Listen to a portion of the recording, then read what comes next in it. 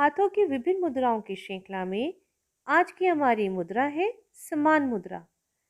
हाथों की चारों उंगलियों के अग्रभाग को अंगूठे के अग्रभाग से मिलाने से समान मुद्रा बनती है। समान मुद्रा बनने के बाद ये किसी पक्षी की चोंच की तरह आकार ले लेती है। इससे पांचों उंगलियों के पांचों तत्वों का लाभ प्राप्त होता है। समान मुद्रा से शुक्र ग्रह प्रभावित होता है और ये मुद्रा आज्ञा चक्र को जागृत करती है। समान वायु का संबंध अग्नि तत्व और मणिपुर चक्र से है। समान वायु नाभि से हृदय तक चलती है। समान वायु भोजन से रस निकालकर पोषक तत्वों को सभी अंगों में बांटना तथा पाचन क्रिया का कार्य करती है। इस मुद्रा को केवल 5 से 10 मिनट ही करना चाहिए। समान मुद्रा लगाकर शरीर में जिस स्थान पर तकलीफ हो वहां पर ये चोंच रखने से तकलीफ में आराम मिलता है, अर्थात यह लेजर थेरेपी का काम करती है। इस मुद्रा से पराक्रम और शक्ति का उदय होता है, मन और तन की शक्ति बढ़ती है।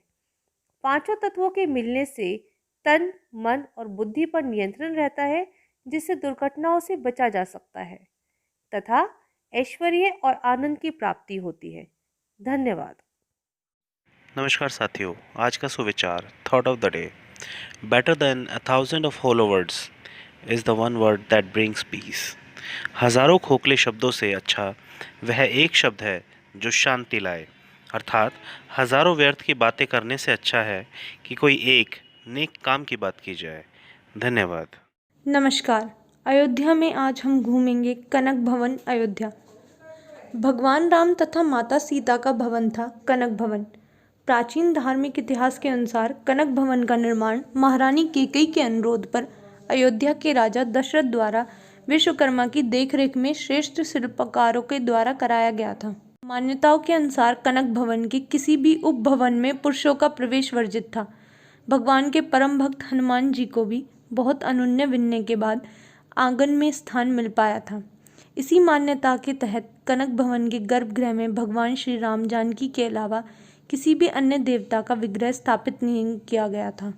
कुश ने यहाँ स्थापित की थी अपने माता पिता की प्रतिमाएं। धार्मिक मान्यताओं के अनुसार कनक भवन का कई बार जीर्णोद्धार कराया गया, जिसमें श्री त्रेता युग में भगवान राम के जाने के बाद उनके पुत्र कुश ने कनक भवन में राम सीता की मूर्तियां स्थापित कराई थी। मंदिर के गर्भगृह के पास ही शयन स्थान है जहां भगवान राम शयन करते हैं। इस कुंज के चारों ओर 8 सखियों के कुंज हैं जिन पर उनके चित्र स्थापित किए गए हैं। सभी सखियों की भिन्न भिन्न सेवाएं हैं। चारुशीला जो भगवान के मनोरंजन तथा क्रीड़ा के लिए, इसी प्रकार क्षेमा, हेमा, वरारोहा, लक्ष्मण, सुलोचना, पदगंधा, सुभगदा की भगवान के लिए भिन्न भिन्न सेवाएं हैं। ये 8 सखियां भगवान श्री राम की सखियां कही गई हैं।